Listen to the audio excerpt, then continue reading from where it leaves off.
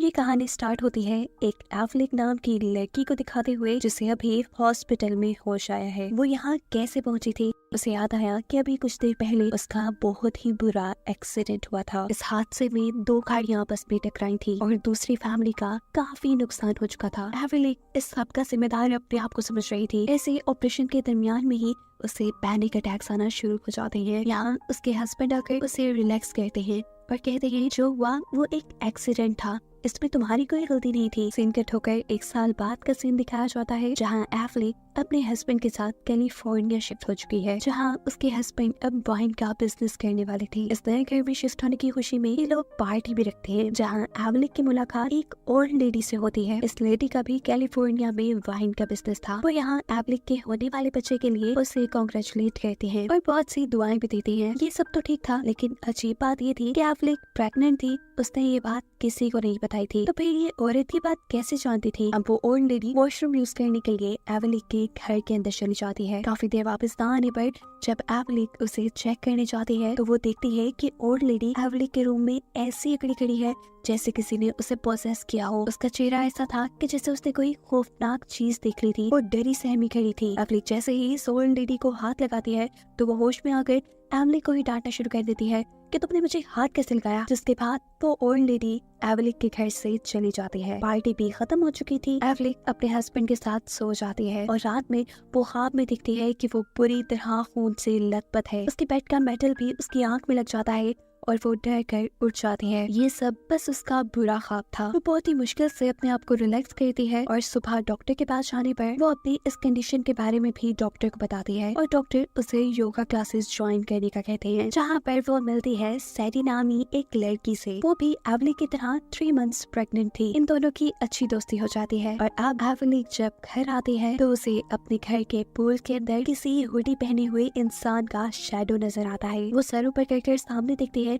लेकिन वहाँ कोई नहीं था। पानी में भी शैडो गायब हो चुका था और अब एवलिक को पानी के अंदर एक लाश दिखाई दे रही थी। वो डर कर अब घर के अंदर आ जाती है। शाम हो चुकी थी। वो अभी भी सुबह वाली सारी बातों को लेकर परेशान थी। वो अभी इन बातों के बारे में सोच ही रही थी कि उसे घर के बाहर किसी के चीखने की आवाज आती है। बाहर चेक करने पर उसे वही हुडी वाला इंसान नजर आता है जिसका शैडो उसने सुबह पानी में देखा था। वो डर कर जोर से चिल्लाती है। उसकी चीख सुनकर डेविड उसके पास आता है। वो डेविड से कहते हैं जाओ बाहर चेक करो, देखो वो बाहर हमें मारने आया है। लेकिन बाहर तो कुछ भी नहीं था। असल में उसने जो कुछ भी देखा और सुना वो सब एवलिक के इल्यूजन्स थे। एक्सीडेंट के बाद से ही एवलिक मेंटल स्ट्रेस का शिकार थी, क्योंकि उसे लगता था कि ये एक्सीडेंट उसकी वजह से हुआ है और इसीलिए उसे तरह तरह के इल्यूजन्स आया करते थे। डॉक्टर ने ऐसी कंडीशन के लिए एवलिक को कुछ मेडिसिन दी थी जिनका वो प्रॉपर तरीके से इस्तेमाल नहीं कर रही थी। नेक्स्ट डे अब वो दोबारा अपनी नई दोस्त सैडी से मिलती है और उसे अपने हेलुसिनेशंस के बारे में भी बताती है। वो उसे बताती है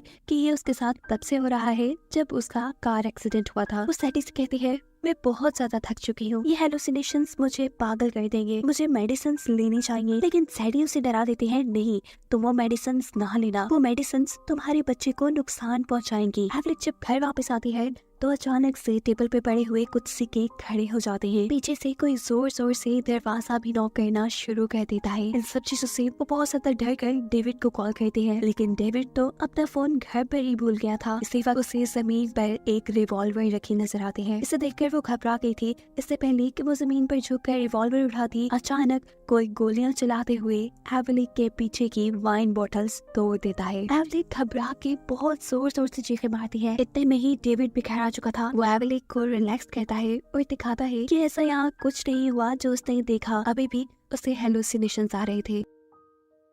उसकी हालत इतनी खराब थी कि उसे डॉक्टर के पास ले जाया जाता है और डॉक्टर उसे बताते हैं कि ये सब इसलिए हो रहा है कि उसने अपनी मेडिसिन टाइम पे नहीं ली। अगर वो अपनी मेडिसिन टाइम पे लेती तो उसके साथ ऐसा कुछ नहीं होता। एवलिक सवाल करती है, पर डॉक्टर इससे मेरे बच्चे को नुकसान हो सकता है। जवाब में डॉक्टर कहते हैं, एवलिक तुम टेंशन फ्री होकर ये मेडिसिन खाओ, इसका कोई साइड इफेक्ट नहीं है। अब रात में उसने अपनी नई दोस्त सैडी और उसके हस्बैंड को डिनर पे इनवाइट किया था। डिनर के बाद डेविड सैडी के हस्बैंड को लेकर बाहर चला जाता है और एवलिक बातों ही बातों में सैडी को बताती है, कल मुझे बहुत ही खतरनाक हेलुसिनेशंस आए और इसीलिए मैं डॉक्टर के पास गई थी। डॉक्टर ने मुझे दोबारा मेडिसिन यूज करने को कहा है और ये भी कहा है कि मेडिसिन के साइड इफेक्ट्स नहीं है। जवाब में सैडी कहती है, गलत कहा है डॉक्टर ने, तुम मेडिसिन बिल्कुल न लेना, वो तुम्हारे बच्चे के लिए खतरनाक हो सकते हैं। और जहाँ तक मैं तुम्हें जानती हूँ, मुझे नहीं लगता कि तुम्हारे साथ कोई मेंटल इशू है। एवली कहती है तो फिर ये हेलुसिनेशंस क्यों आते हैं? मैं इनसे बहुत परेशान हूँ, अगर मेडिसिन छोड़ दूँ तो ये ज्यादा होने लग जाती है। सैडी कहती है मुझे लगता है कि तुम्हारा घर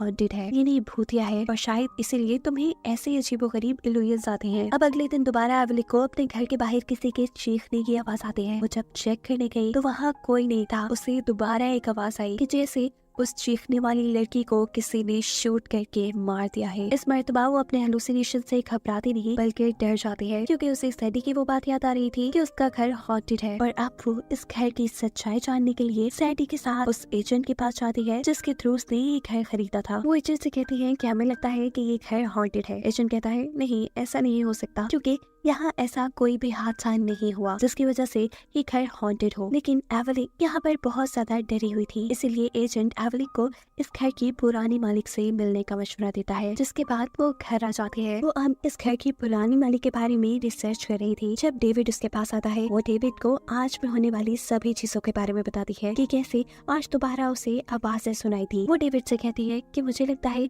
कि ये सब प्रेगनेंसी की वजह से हो रहा है। और डेविड जवाब में कहता है एवली, ये प्रेगनेंसी की वजह से नहीं हो रहा, ये इसलिए हो रहा है कि तुम अपने मेडिसिन टाइम पे नहीं ले रही। ये दोनों जब करीब आते हैं तो इस वक्त पर दोबारा एवली को हुडी पहना इंसान नजर आता है।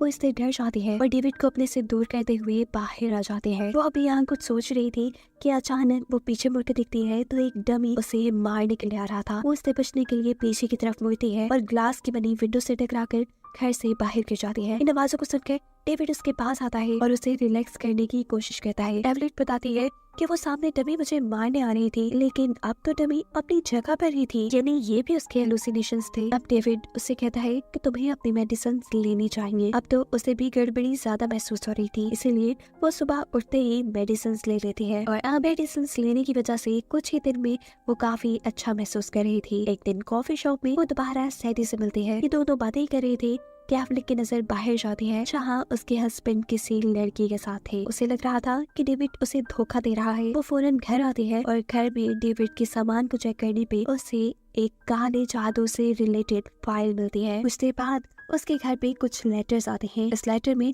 बहुत से ब्लैक मैजिक से रिलेटेड बुक्स के नाम और ब्लैक मैजिक के तरीकों के नाम लिखे थे। एवली को अब डेविड पे ही शक होने लगा था कि शायद जो सब कुछ हो रहा है वो डेविड की वजह से हो रहा है। डेविड ऐसा तो कुछ कर रहा है जो वो उससे छुपा रहा है। एवली को अब और भी ज्यादा डर लगने लगा था। इस घर के ओनर को कॉल करती है उनसे इस घर के बारे में पूछने के लिए, और घर के ओनर उसे हेलिना नामी उस और लेडी से मदद लेने को कहते हैं जिसे हमने मूवी के स्टार्ट में भी देखा था। अभी वो यही बातें कर रही थी कि उसे विंडो के पीछे कोई चीज दिखाई देती है। वो आगे बढ़ती है तो कोई अजीब सी पावर खिड़की तोड़ते हुए उसे भी धक्का देकर गिरा चुकी थी। एवली को ये कंफर्म हो चुका था कि ये घर हॉन्टेड है, इसीलिए वो हेलिना को अपने घर बुलाती है। हेलिना अब उसके घर आ चुकी थी। वो उसका घर चेक करती है। घर चेक करते करते ये लोग जब पूल के पास जाते हैं तो पूल में भी लाश इन दोनों को दिखाई देती है। घर के अंदर आने पर हेलिना उससे कहते हैं कि इस घर में जरूर कोई इवल पावर है, यानी कोई शैतानी ताकत है। एवली को भी बातें उसकी कहीं न कहीं ठीक लग रही थी। वो जब किचन में हेलिना के लिए फाइन लेना चाहती है तो अचानक उसे किसी के चीखने की आवाज आती है। वो किचन से बाहर निकलती है और दीवार पे उसे खून से लथपथ हाथ के निशान दिखाई देते हैं। वो आगे बढ़ती है तो अचानक कोई अजीब सी ताकत एक चेयर उसके सामने कर देती है और वो सामने देखती है तो हेलिना बुरी हालत में जमीन पे पड़ी थी। उसे हार्ट अटैक आ रहा था और वो मर जाती है। मरने से पहले उसने एवली से एक बहुत ही अजीब बात कही। उसने कहा कि यहाँ वो कुछ भी नहीं है जो तुम सोच रही हो, ये सब तुम ही हो। एवली सोच में पड़ गई थी कि उसके कहने का मतलब क्या था, जिसके बाद हमें दिखाया जाता है कि अब वो डेविड से उन ब्लैक मैजिक की बुक्स के बारे में सवाल कर रही है। इन किताबों के बारे में डेविड कहता है कि ये किताबें मुझे मेरी कलीग ने दी थी ताकि मैं इस घर से एवल पावर को दूर कर सकूं। डेविड को अगर यहाँ किसी एवल पावर के बारे में पता था तो उसने पहले एवली को क्यों नहीं बताया। एवली को अब उसकी किसी बात पे यकीन नहीं था। वो गुस्से में यहाँ से चली जाती है। वो अब इस घर के ओनर से मिलने के लिए जाती है। वो उससे इस घर और वाइन यार्ड की सच्चाई जानना चाहती थी, जिस पर ये आदमी बताता है कि उस घर में कुछ एवल पावर्स का कब्जा था जिन्होंने मेरी ग्रैंड माँ को पोसेस कर लिया था। इन एवल पावर्स से बचने के लिए ग्रैंड माँ ने अपने साथ साथ उस घर को भी आग लगा दी, यानी उन्होंने खुदकुशी कर ली। यह आदमी उसे अपने ग्रैंड माँ के बने हुए कुछ स्केचेस भी दिखाता है और इनमें से एक स्केच डेविड का भी था जिसमें वो मरा हुआ था। वो इन चीजों को देखकर बहुत ज्यादा डर चुकी थी। वो भागते हुए घर आती है। उसने फैसला कर लिया था कि वो अभी और इसी वक्त इस घर को छोड़ देंगे, लेकिन घर आने पर वो देखती है कि उसके घर बहुत से गेस्ट आए हुए थे। उसमें एक डॉक्टर और एक साइकियाट्रिस्ट थी जिन्हें डेविड ने एवलिक के लिए ही बुलाया था। अचानक उसे वैसे ही स्थिति की आवाज आती है जो उसे हमेशा से आया करती थी। वो किचन में जाकर चेक करती है तो वहाँ उसकी फ्रेंड कॉफी बना रही थी। वो घबरा कर जब बाहर आती है तो देखती है कि साइकियाट्रिस्ट टेबल पे बड़े सिक्कों को बिल्कुल वैसे ही खड़ा कर रही है जैसे उसे वियंस में आया करते थे। अब उसे समझ आने लगा था कि उसके साथ क्या हो रहा है। जैसा उसे हेलिना ने कहा था कि ये सब जो हो रहा है उसमें वो खुद है, तो इसका मतलब था कि एवलिक को पहले अपने लिए वियंस आते थे। आगे जो भी उसके साथ होने वाला था वो उसे पहले ही दिखाई देने लगा था। अचानक दरवाजे पे नॉक होती है। डेविड दरवाजा खोलता है और एवलिक देखती है कि सामने वही हुडी वाला इंसान है जो बार बार उसे डराया करता था, और ये कोई और नहीं बल्कि उसकी दोस्त सैडी ही थी। सैडी अपने हस्बैंड के साथ घर के अंदर आती है। उसके हाथ में वही रिवॉल्वर थी जिसे एवलिक ने अपने वियर में जमीन पे पड़ा देखा था। साइकियाट्रिस्ट उनसे डरकर यहाँ से भागने की कोशिश करते हैं तो पीछे से सैडी का हस्बैंड उसे शूट करता है। जो गोलियां साइकियाट्रिस्ट को लगने के बजाय वाइन बॉटल्स पर लगती हैं और वाइन बॉटल्स टूट जाती हैं, और फिर एक गोली साइकियाट्रिस्ट को भी लग जाती है और वो अपना खून से लथपथ हाथ दीवार पे लगाती है। ये भी वही सीन था जो एवलिक देख चुकी थी। इसके बाद इन लोगों में हाथापाई शुरू हो जाती है। डेविड उनसे गन लेने की कोशिश कर रहा था और इस सब में यहाँ डॉक्टर को गोली लग जाती है। एवलिक की दोस्त यहाँ से जो भागने की कोशिश करती है उसके पीछे सैडी का हस्बैंड चला जाता है। यहाँ सैडी खुद एवलिक के ऊपर हमला करने के लिए आगे बढ़ी थी। उसे मुश्किल में देखकर डेविड उसे बचाने के लिए आता है, लेकिन सैडी डेविड के पेट में अपना चाकू स्टैब करते हुए उसे मार देती है। इससे पहले कि वो एवलिक को मार दे, एवलिक उससे बचने के लिए उसी स्टैचू को उठाती है। उसे अपनी प्रोटेक्शन बनाते बनाते वो पीछे पीछे की तरफ जा रही थी और अचानक वो विंडो तोड़कर बाहर गिर जाती है। एक एक चीज जो इस टाइम पर हो रही थी एवलिक ने वो पहले ही अपने वियंस में देखी हुई थी। यहाँ तक कि ये सीन भी बाहर सैडी का हस्बैंड एवलिक की फ्रेंड को शूट करके मार देता है। एवलिक समझ जाती है कि जो गोली की आवाज और चीखने की आवाज वो सुनती थी वो उसकी दोस्त की ही थी। एवलिक अपने आप को बचाने के लिए घर से बाहर भागती है और यहाँ पर उसे डेविड का दोस्त मिल जाता है जो उसकी मदद करना चाह रहा था। इससे पहले कि वो उसे कुछ सिचुएशन समझा पाती, पीछे से सैडी का हस्बैंड उसे गोली मारकर तालाब में फेंक देता है। जो लाश उसे हमेशा तालाब में दिखती थी वो डेविड के इस दोस्त की थी। उसके बाद सैडी का हस्बैंड एवलिक के मुंह पे टेप लगाकर उसे घसीटते हुए घर के अंदर लेकर आते हैं। एवलिक अपने आप को बचाने के लिए चेयर्स को इधर उधर घसीटती है और ये चीज भी हम पहले देख चुके हैं। ये दोनों एवलिक को ले जाकर उसके बेड के साथ बांध देते हैं। सैडी ऐसा सब क्यों कर रही थी? पता चलता है कि मूवी के स्टार्ट में एवलिक का जिस कार से एक्सीडेंट हुआ था वो सैडी की कार थी। उस वक्त सैडी प्रेग्नेंट थी और एवलिक की वजह से उसका बच्चा मर गया था और अब वो एवलिक के बच्चे को मारकर अपना बदला पूरा करना चाहती थी। वो एक चाकू उठाकर एवलिक के पेट पे कट लगाना शुरू कर देती है। जगह जगह खून फैल जाता है। ये वो सीन था जिसका एलुयन सबसे पहले इस घर पे आने पे एवलिक ने देखा था। एवलिक अपने बच्चे को बचाने के लिए अपने हाथों को जोर जोर से हिलाने लगती है। उसके हाथ बेड के मेटल के साथ बांधे गए थे। ऐसा करने पे बेड का मेटल टूट जाता है। मौके का फायदा उठाते हुए एवलिक इसी मेटल से सैडी के ऊपर हमला कर देते हैं और एक सेकंड में ही